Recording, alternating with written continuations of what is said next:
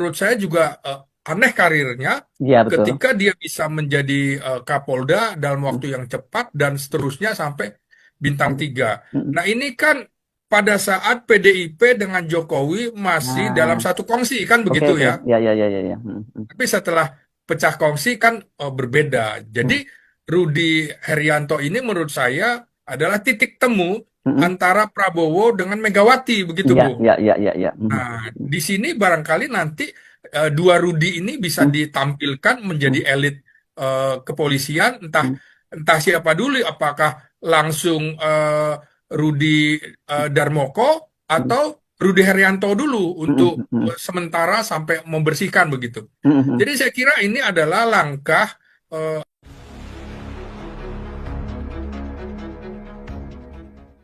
analisis saya ya Bung ya. Mm, Ini langkah bagaimana Prabowo dan Megawati akan memainkan mm, pola untuk membersihkan para Jokower di mm, kepolisian itu ya. mm, mm, mm, Jadi ini kan menarik lagi hari ini ada eh, pertemuan walaupun hanya sekejap mm, antara segitiga nih. mm. Prabowo Subianto kemudian Tri Sutrisno dan Megawati di Lubang Buaya. Kan Mm. menarik itu, Bung. Iya iya iya, untuk anu peringatan Hari Pancasila ya.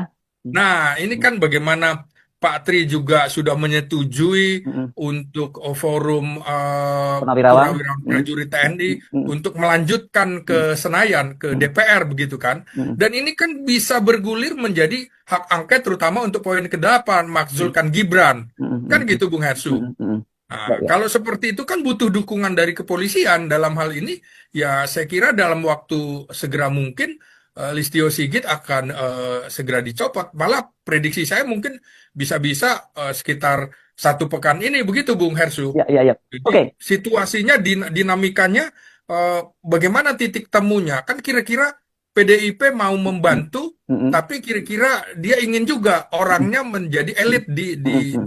apa di kepolisian. Ya Nah, ya ya. ini juga yang menarik buat saya karena sampai dengan tanggal 2 Juni ini ternyata belum ada keputusan tentang nasib Komisaris Jenderal Ahmad Doviri yang Mm, menjadi Wakapolri gitu kan. mm, mm, Nah, kalau Ahmad Doviri akan diperpanjang, mm. nah kemungkinan dia kan akan menjadi Kapolri. Tapi Kapolri. kan nggak ada tanda-tanda. Mm, mm, Nah, mm, kalau tidak ada tanda-tanda, kemungkinan akan selesai. Artinya mm, pensiun, tidak diperpanjang. mm, Tapi kita lihat ini, Bung. Saya mm, kira ini dalam beberapa hari ini akan ada dinamika yang tinggi antara Ahmad Doviri, Rudi Darmoko, dan mm, juga Rudi Herianto. mm, Titik temunya di mana? mm. Kira-kira seperti itu. Inilah menariknya pertarungan politik. Begitu, Bung Hersu. Ya, oke. Jadi Anda melihat ya, eh, kelihatannya yang akan dipersiapkan selanjutnya itu buat Rudi Darmoko ya. Kalau lihat dari sisi latar belakangnya dia yang akpol, ya kemudian dia lulusan yang terbaik, usia pensiunnya masih panjang loh. Dia tahun Oh, masih panjang sekali, 7 Bung. ya, masih 4 tahun lebih lah ya, karena 7 Iya, Desember 71 dia ya begitu. Sementara kalau Rudi Herianto ini kan 9 bulan lagi dia pensiun, Bung. 9 bulan lagi, ya. Iya, iya. Jadi Dan menurut belum pernah terjadi ya lulusan non-akpol. non Artinya akpol, sejak setahun lulusan-lulusan di awal seperti Dibio Widodo ke sini kan semuanya lulusan akpol betul betul. gitu ya. Mm, Nah, saya kira eh, apa iya riskan juga kalau kalau mm, Rudi Haryanto mm, menjadi akan menjadi Kapolri, apalagi mm, jabatannya ini kan sebenarnya kalau menurut undang-undang mm, kepolisian mm. mestinya berhenti, Bung, dalam pengertian harus pensiun dini. Ketika Nah, dia di polisi yang ini kan, KKP ya, iya, sekarang Sekjen iya, polisi Kelautan. ini, Hmm. ya betul. Jadi seperti dalam tanda petik akal-akalan pakai istilah kata penugasan. Hmm, hmm, Apa hmm, bedanya kalau kayak gitu nanti TNI menggunakan pola yang sama? Apa iya hmm, masyarakat juga bisa nerima? Nah, hmm. ini kan kelompok LSM, LSM kok nggak tidak mengkritik bagaimana penempatan polisi aktif di jabatan. Ya, hadapi geng Solo. Wah, ini sering-sering sekali disebut nih geng Solo kalau udah orang-orangnya Jokowi ya. Dan isu yang beredar saat-saat ini, informasi yang sedengar bahwa Pak Kapolri kita akan diganti katanya, dan akan digantikan dengan lulusan Akpol terbaik ya. Dan ini putra perwira Kopassus. Ya, luar biasa ya. Jadi putra dari perwira Kopassus dan lulusan Akpol terbaik ya. Tadi juga disampaikan oleh Pak Slamet Ginting, sudah banyak sekali penjelasan yang sudah kita dengar, ya. Dan memang meskipun secara sadar kita tahu lah masyarakat Indonesia ya banyak juga yang setuju kalau seandainya Kapolri diganti. Dan tidak hanya Kapolri, sebetulnya masyarakat banyak sekali berkomentar, netizen ya, banyak sekali memberikan komentar Pak Prabowo harus ganti orang-orang Jokowi di kabinet atau di apa namanya di Polri, TNI, Kemendagri, Kejaksaan, apalagi terutama KPK, ya. Banyak sekali seperti itu yang saya dengar, yang saya baca-baca juga. Dan apakah itu akan terwujud satu persatu, misalnya dari Kapolri dulu diganti, lalu kemudian nanti barangkali masuk ke KPK, barangkali ke Kemendagri, barangkali ada reshuffle kabinet lagi, kan kita nggak tahu, reshuffle menteri dari kabinet merah putih, barangkali kan kita nggak tahu. Lalu kemudian memang kalau kita melihat berbagai situasi ketika Pak Jokowi menjabat sebagai presiden selama 10 tahun, memang ya menuai pro dan kontra juga, tetapi banyak komentar-komentar negatif. Banyak yang merasa tidak puas meskipun berdasarkan hasil survei tingkat kepuasan 80% ya itu ya. Ya mungkin kita nggak tahu surveinya ini seperti apa yang dilakukan, apa yang ditanyakan soal hasil dari survei ketika melakukan survei-survei sehingga mendapatkan hasil tingkat kepuasan sebanyak atau sebesar itu, gitu ya. Seperti apa, berapa orang yang ditanya, ya persentasenya sekian, pertanyaannya bagaimana, seperti itu ya. Dan cara bertanyanya pun bagaimana. Puas nggak pada Pak Jokowi, bilang puas, barangkali seperti itu kan kita nggak tahu ya. Tapi ya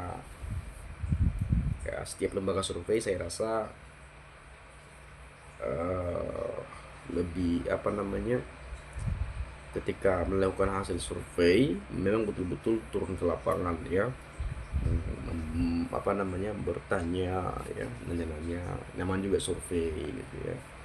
Dan mungkin itu saja, itu yang diberikan masyarakat tanggapannya, jawabannya. Tapi ya nggak disurvei kan seluruh rakyat Indonesia ya kan, dari 270 berapa tuh, 200 jutaan orang gitu ya, kan nggak ditanya satu-satu ya. Kalau ditanya satu-satu ya bisa berapa tahun mereka bisa mengeluarkan hasil survei. Tapi ya kembali lagi kepada Pak Kapolri kita tadi, kenapa diganti, mungkin ada hal-hal atau mungkin ada masukan-masukan, atau mungkin bisa kali barangkali dilihat oh ini nggak jelas lagi nih kerjanya nih, atau barangkali sudah kelamaan, sudah di masa pensiun atau apa, kita nggak tahu juga. Nah tapi di sini saya akan coba mengulas berbagai komentar dari teman-teman kita saja ya. Dari Harrison utama ya, sorry, kalau nggak bisa nunjukin ini asli Jokowi sama aja ngopo ngopo apa tong ya. Apakah polisi stop merabah-rabah kalau Kapolri diganti? Tolong jawab bang, merabah-rabah apa ini, apa yang dirabah-rabah kan begitu. Saya nggak tahu apa yang dirabah-rabah nih, ini nggak jelas komentarnya. Apakah polisi stop merabah-rabah kalau Kapolri diganti? Sebetulnya memang teman-teman ini kan kita nggak tahu kejelasannya seperti apa ke depannya. Tadi sampaikan oleh Pak Slamet Ginting ya itu tadi.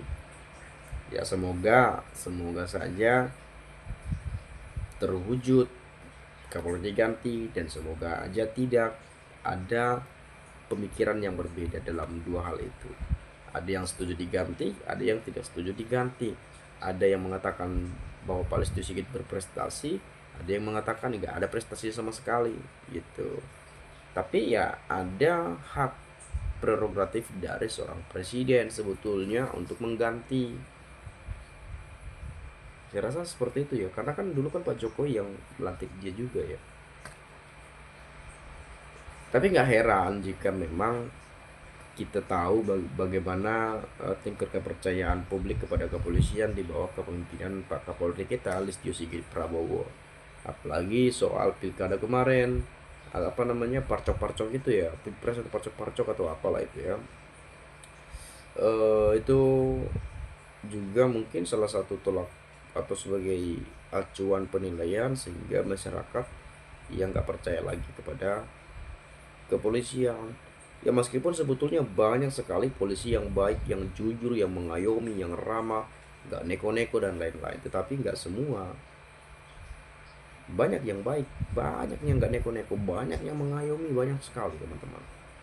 Tapi itu tadi, ya karena berapa orang yang berulah, oknum-oknum mungkin ya. Tapi oknum ini sampai kapan? Sampai berapa? 2, 3, 5, sampai 10, sampai 100, apakah masih oknum? Ya artinya ada kegagalan dari petinggi, ya dalam hal ini itu Kapolri, yang mungkin saja ini ya penilaian sebagai masyarakat ya barangkali kurang memperhatikan, kurang ada waktu untuk mengkoordinir atau mungkin ya mengarahkan atau apa lah gitu ya. Ya meskipun memang secara sadar kita tahu ya emang bagaimana bisa sebanyak itu kepolisian, emang harus begini harus begono gitu ya. Ya itulah tugas beliau ya. Ya kalau nggak mampu ya mundur, kalau nggak mau mundur ya terpaksa atau mungkin diganti. Seperti itulah kurang lebihnya kalau saya melihat hal ini gitu ya. Dan tadi disampaikan yang menggantikan lulusan akpol terbaik dan putra dari perwira Kopassus. Ya semoga kalau seandainya benar diganti dengan Kapolri yang baru, semoga bisa membawa lebih baik lagi, penegakan hukum lebih ditingkatkan lagi dan lebih baik ke depan. Ya bagaimana bisa juga uh, me, memperbaiki, membenahi dan meningkatkan kepercayaan masyarakat kepada institusi Polri. Kurang lebih seperti itulah menurut pandangan hemat saya. Kalau mungkin teman-teman punya pendapat lain, boleh silahkan sampaikan di komentar pada video ini agar nanti kita bisa sama-sama saling bertukar pikiran antar satu dengan yang lain melalui komentar pada video ini. Dari saya itu saja, terima kasih, saya ucapkan salam dan sampai jumpa.